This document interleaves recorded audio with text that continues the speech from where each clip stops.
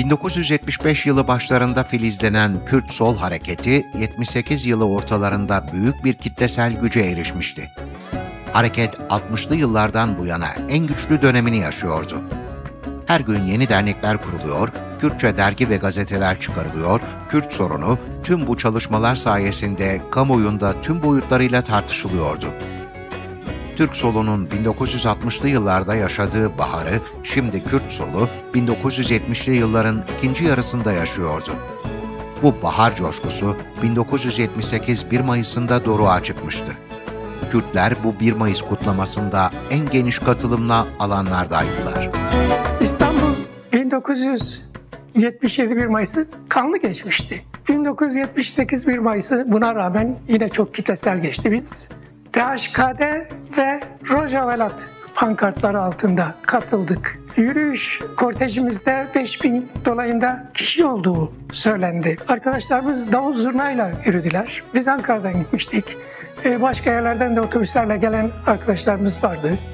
İstanbul'daki Kürtler ilgi gösterdiler bizim kortejimize.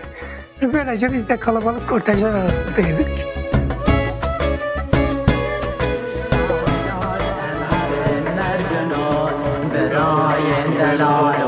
Dernepekş'e girdik alana girdik.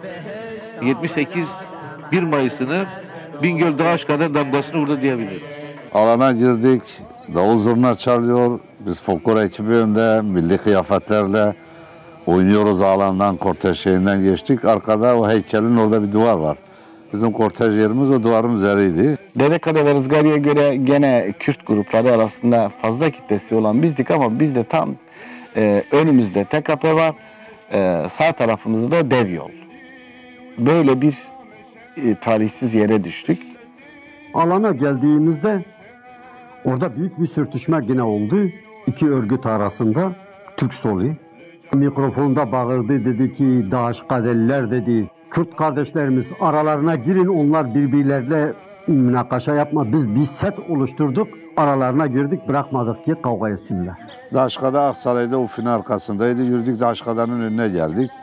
Orada da yine davul zurna çaldı, folklor ekibimiz gösteri yaptı. İşte millet bayağı bir kalabalık oluştu. Oradan hiç beklemeden bindik otobüslere, yola devam ettik, geldik.